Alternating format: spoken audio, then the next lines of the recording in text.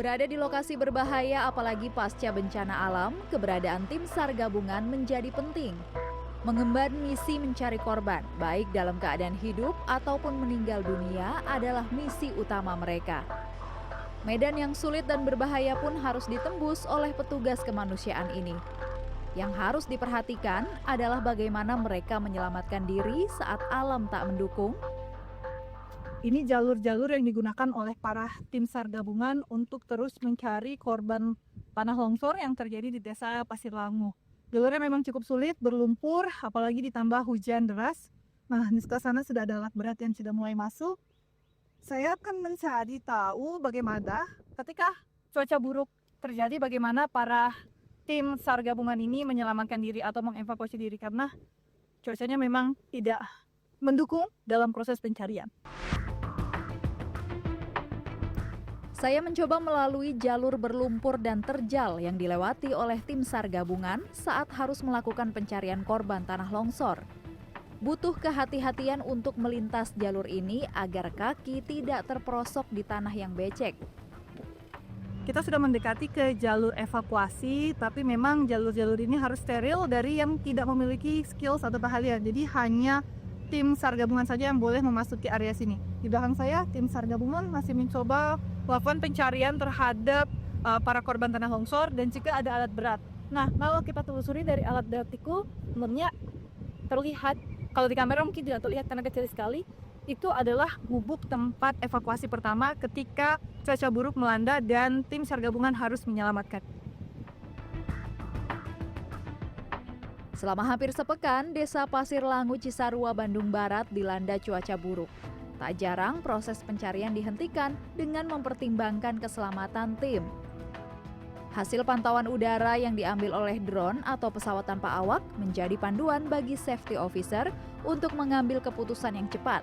Sekali lagi, keselamatan tim adalah hal yang tak bisa dikompromikan.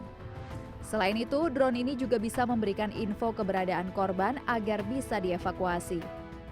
Saya akan jelaskan seberapa penting untuk drone dalam melaksanakan evakuasi korban. Yang pertama, untuk mengetahui kerusakan tanah maupun air yang di atas. Yang kedua, bagaimana kita mendapatkan korban. Karena drone bisa mendeteksi korban di mana, seperti untuk di air, suhunya. Jika kita sudah mengetahui korban di situ, kita akan laporkan ke tim evakuasi untuk menangkap korban. Bekerja di bawah bayang-bayang bencana tentu saja harus mempersiapkan mitigasi yang tepat dan aman.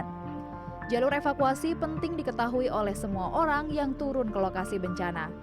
Salah seorang petugas ditunjuk mengawasi tidak hanya pergerakan tim, tapi juga berkoordinasi bagi tim pemantau dari drone atau spotter atau orang yang memantau kondisi titik longsor agar bisa memastikan keamanan tim SAR gabungan. Itu jalur satu lagi. Kemarin dekat di sini, jadi ada jalur tanah. Ini jalurnya. Ya. Jadi nanti tempat berdirinya ada beberapa titik ya Pak ya? Yang intinya dia bisa keluar dari paling tengah. Kan ini yang paling pastikan longsorannya yang paling di tengah ya. Jadi ketika dia ada di seberang, dia larinya ke sana. Ya paling dekat lah. Kalau sekarang posisinya di sini pasti jalan ini yang paling dekat. Kemarin karena busanya di sana, jadi ada jalur yang ke sana yang paling dekat. Jadi setiap kita mau kerja di mana, ya kami buat jalur dulu itu kira-kira nanti dia entry dan exitnya lah seperti itu. Alam tak bisa dikontrol, tapi dari alam kita bisa belajar untuk saling menjaga, waspada, dan tak melupakan satu sama lain. Safety atau keselamatan adalah hal paling penting dalam setiap operasi kemanusiaan, termasuk dalam operasi kali ini yang masih terus mencari korban longsor di Desa Pasir Langu. Beberapa skenario sudah diperhitungkan, termasuk skenario paling utama adalah ketika kabut dan juga cuaca buruk melanda di sektor paling tinggi, yaitu sektor A3. Jadi, teknologi secanggih apapun tidak ada artinya jika kita tidak waspada. Irina Wardani, Aryo Asmoro, Desa Pasir Langu.